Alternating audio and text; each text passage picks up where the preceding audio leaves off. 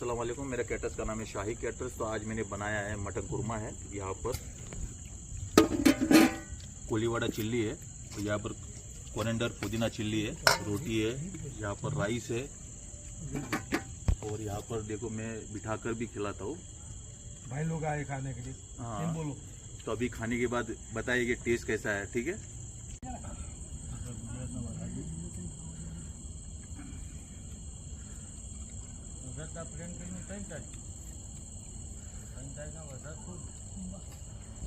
तो अभी मैंने यहाँ पर बिठाकर खिलाया था, तो अभी बताइए कि टेस्ट कैसा था और खाना कैसा लगा उनको। ठीक है।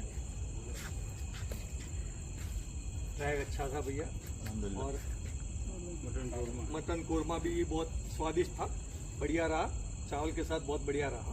ठीक है, आपको कैसा लगा? अच्छा लगा, खाना अच्छा था। ठीक है, तो आप मेरे चैनल को सब्सक्राइब करिए, लाइक करिए, फॉलो करिए, शेयर करिए। अल्लाह हाफ़िज़।